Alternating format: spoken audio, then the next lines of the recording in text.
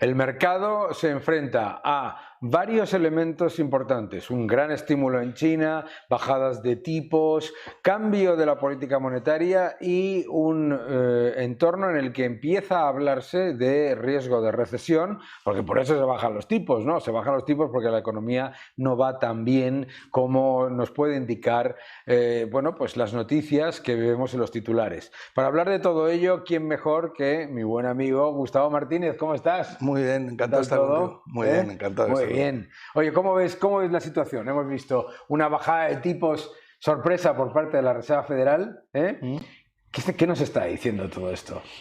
Bueno, sorpresa es cierto, porque la gran mayoría de analistas, el consenso, esperaban 25 puntos básicos de bajada. Sin embargo, la letra del Tesoro, que es lo que Powell sigue y la Reserva Federal, ya indicaba en las semanas anteriores que tenían que bajar 50 puntos básicos, y si vemos las últimas bajadas de tipos de interés, Powell siempre se ha plegado a lo que dice la letra del Tesoro a 3 meses. Claro. Y esto tiene sentido, Daniel, porque al final es la tasa libre de riesgo y está haciendo el research de mercado mucho más preciso que 19 personas que se reúnen en el FOM para decidir sobre bajadas de tipos de interés en base a unos datos macro que ya han analizado previamente el mercado, ¿no? Claro. Pero el mercado ahí lo que está analizando es lo contrario a lo que nos dijo Powell en la reunión, ¿no? Sí. El mercado, si te está haciendo ese análisis, y básicamente te está diciendo, uno, hay más riesgo de recesión de lo que dice. Él dijo que no había ningún riesgo de recesión. El mercado de tipos está descontando el riesgo de recesión, y por otro lado, lo que queda claro es que su mandato no es la inflación ni el empleo, sino que se financie barato el gobierno, ¿no? Sí, sí, completamente de acuerdo contigo. Además es que tenemos en Estados Unidos, tú sabes, Daniel, que el pago por intereses de la deuda supera el billón de euros anualmente, y es la segunda partida presupuestaria más grande de Estados Unidos, con lo cual son los primeros interesados en rebajar tipos de interés, pero es que además yo creo que la economía se está desacelerando, ¿no? En Estados Unidos es verdad que es muy difícil meterlo en una recesión, pero si vemos los últimos datos de empleo americano, pues es clarísimo, ¿no?, que hay una desaceleración. Por tanto, yo creo que la Reserva Federal bueno, pues tiene ansiedad por bajar los tipos de interés, y además es que Estados Unidos es uno de los países más endeudados del mundo, si no el que más, y necesita repagar su deuda generando inflación a futuro, ¿no? Y uno de los que más se endeuda todavía está muy lejos de Japón, sí, muy lejos de Francia, muy lejos de España también, etcétera. Pero cuando miramos los próximos meses, la OCDE acaba de publicar sus estimaciones de inflación para el año que viene y ve una inflación persistente y por encima de los objetivos de los bancos centrales en el 80% de los países que analizan. Y tienes al 80% de los bancos centrales bajando tipos. ¿Esto qué es?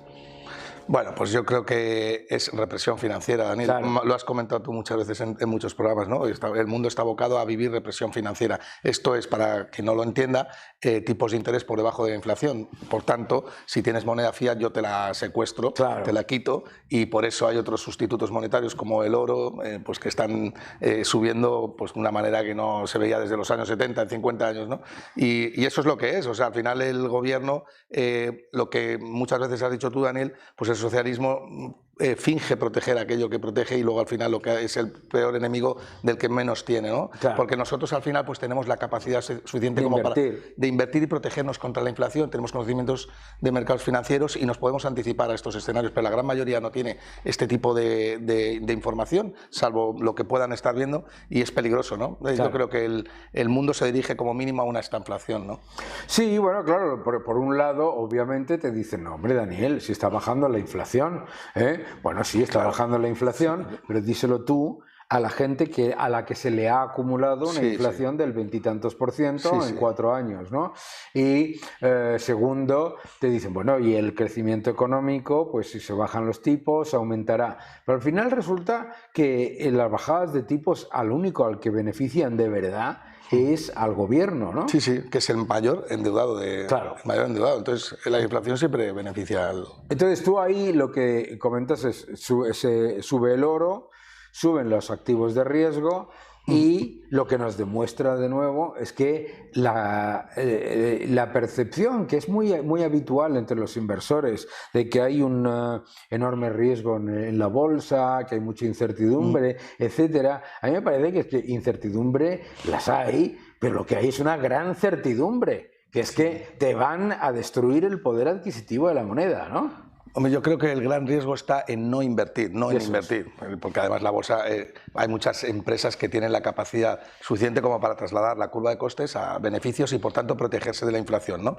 Entonces, si tú tienes una moneda fiat, lo acabas de decir, Daniel, el 20%, 25% se ha deteriorado en los últimos 4 o 5 años. Pero ¿cuál es el panorama? O sea, ¿pensamos que eso va a cambiar? ¿Por qué va a cambiar eso? ¿Realmente la oferta monetaria se está contrayendo? ¿Tenemos políticos que quieren contraer la oferta monetaria y por tanto hacerse la daiquiri, como pasó en el año 80 con Volcker, que subió los tipos al 14 cargándose la economía de Latinoamérica y provocando el cese inmediato o la pérdida de elecciones de Carter frente a Reagan? Eso es lo que vamos a ver. Vamos a ver nuevos Mileys en Estados Unidos y en el resto del mundo pelear por el gobierno y ganando. Yo creo que no, Daniel? No. Y si es no, la respuesta es protégete contra la inflación. Claro. Y si es no, Daniel, la respuesta es oro a máximos históricos. Bueno, es que yo creo que eso es una consecuencia muy evidente, porque claro, un montón de gente decía, bueno, el oro no es una buena oportunidad porque van a empezar a bajar los tipos y una vez que bajen los tipos, entonces el oro deja de protegerte. Bajan los tipos y el oro sigue subiendo. Sí. Y claro, lo que te está reflejando es que hay una decisión coordinada, consciente, de depreciar el valor de la moneda fiduciaria y al depreciar la moneda fiduciaria estás disfrazando los desequilibrios fiscales de los gobiernos y le estás pasando un impuesto escondido a todo el resto de los ciudadanos. A mí es que me flipa que haya gente, por ahí de verdad que piense que el gobierno va a bajar los precios, que los gobiernos en general, cualquiera, van a bajar los precios, ¿no? No, es que además la gran mayoría de individuos y ciudadanos no entienden lo que acabas de decir, porque es un tema que no es fácil tampoco. Pero fíjate que luego, eso tienes razón, pero fíjate que luego en las elecciones se penaliza a los gobiernos por la inflación. El gobierno de turno siempre te va a decir que la inflación es por culpa de Putin o por culpa de no sé qué o por culpa de las cadenas de suministro o por culpa de las empresas, esto ya es lo último, pero la gente tonta no es. Pero cuando hay hiperinflación y ya el hambre te llega a niveles insoportables, como pasó en Argentina, ¿no? Un 50% de pobreza, y fíjate que los que siempre habían callado contra la inflación ahora la denuncian porque Milei no ha sido capaz de corregir una inflación de 3 dígitos en una semana o dos meses. En 2 meses. Es completamente hilarante, ¿no? Y absurdo, ¿no? Sí. Pero fíjate, Daniel, que hay una cosa que a mí me ha encantado del mercado que he visto en los últimos años. En 2022 tú sabes que el oro sube por tipos de interés reales negativos y se ha producido una divergencia histórica en la que los tipos de interés reales positivos subían y el oro también. ¿Por qué? Porque había descubierto el mercado el verdadero bluff de los bancos centrales. Sabían que el mercado se estaba anticipando a la gran mentira del Banco Central, a la gran mentira que iba a venir ahora ulteriormente, y es que el socialismo pues va a seguir instalado en el mundo y es posible que, por desgracia, cada vez más extendido, ¿no? Claro, porque decían, bueno, pues claro, con tipos de interés reales positivos, el oro lo va a hacer mal. Pero claro, al final el oro lo que te está descontando es que los bancos centrales te dicen que tienen una política restrictiva, pero si los gobiernos están llevando a cabo políticas expansivas sin tener el más mínimo control, ¿no? Pues obviamente sabes que detrás viene lo que ha ocurrido, ¿no? El higher for longer, ¿no? El más alto, tipos más altos durante más tiempo, ha durado 18 meses. 18 meses. Y no puede durar más, Daniel. Y no puede durar más. Es que no puede durar más, y eso es lo que están viendo los bonos, y lo que está viendo el oro, y lo que estamos viendo nosotros, que sabemos de esto, y estábamos anticipándonos a ellos. O sea, el Banco Central está entre la espada y la pared. Y siempre va a intentar salirse por el lado de más impresión y satisfacer el déficit fiscal de los estados, ¿no? Claro.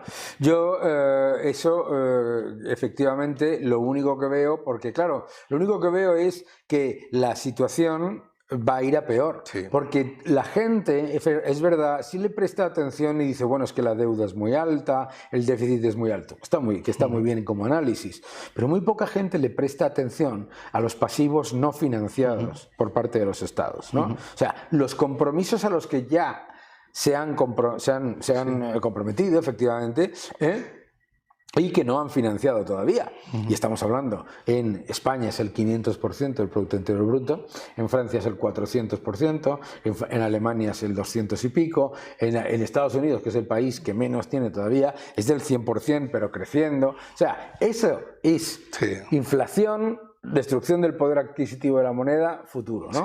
Sí, yo no barajo ningún escenario en el cual haya una deflación natural, que venga por el lado de la producción, y no porque después de una inflación fuerte viene una deflación porque se produce un reajuste tremendo a nivel global, que lo vamos a ver. Daniel, por desgracia vamos a sufrir una crisis muy fuerte, no sabemos cuándo, pero es obvio que el camino no es el correcto, ¿no? Hombre, claro, ¿no? La gente dice, porque claro, es que no viene la crisis, y le digo, efectivamente, es súper fácil retrasar y disfrazar la crisis. Tú te disparas el gasto público, disparas la deuda, disparas la inmigración. Mucha gente se olvida del efecto que tiene sobre el Producto Interior Bruto la inmigración, ¿no? Y claro, y resulta que te estás empobreciendo mientras el Producto Interior Bruto sube. Sí, y estás creciendo con deuda, y con una deuda además, como bien has dicho, que es inflacionaria, que no responde a una producción real y a una economía de ajuste en la que los procesos productivos son los que demanda realmente el mercado, ¿no? Efectivamente. Yo creo que el gran problema en los próximos meses no es la volatilidad de mercado, ni mucho menos el problema de que vaya a haber ciertos niveles de corrección, sino que si la gente no entiende esto que estamos comentando, no se va a dar cuenta de que es la mayor oportunidad para invertir, porque es que es la única manera de protegerte contra la destrucción del poder adquisitivo de la moneda. Muy rápidamente, 3 activos que te gusten a ti ahora mismo.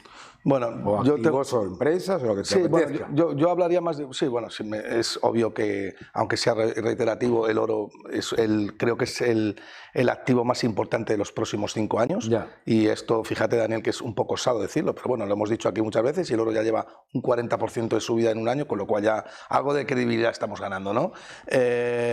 Y las mineras de oro, Daniel, que están empezando a despegar de manera tímida, ya llevan una subida de un 40% prácticamente este año, también lo hemos dicho aquí en Money and Markets, creo que es donde tiene que tener el mercado el foco, y bueno, en general en las commodities, por esto mismo que estamos hablando, ¿no? Porque los repuntes de inflación son seguros, y probablemente el mundo se vaya como mínimo a un escenario de esta inflación, ¿no? Claro, y que la gente entienda que cuando hablamos de repunte de la inflación, eso es consistente con que te aparezca cada mes se reduce la inflación interanual, claro, se reduce la inflación interanual, pero la inflación acumulada aumenta, y no solamente aumenta la inflación acumulada, sino que en la última fantástica cifra de inflación que habéis visto, el gran factor es el efecto base, y esto es importante que lo entienda la gente. Por lo tanto, que la gente no piense, no, es que lo que están diciendo no es consistente con lo que está ocurriendo. No, la inflación sigue subiendo, y solamente ha habido una reducción por el efecto base. Muchísimas gracias, Gustavo. A ti, un placer estar contigo. Gracias. Gracias, Daniel.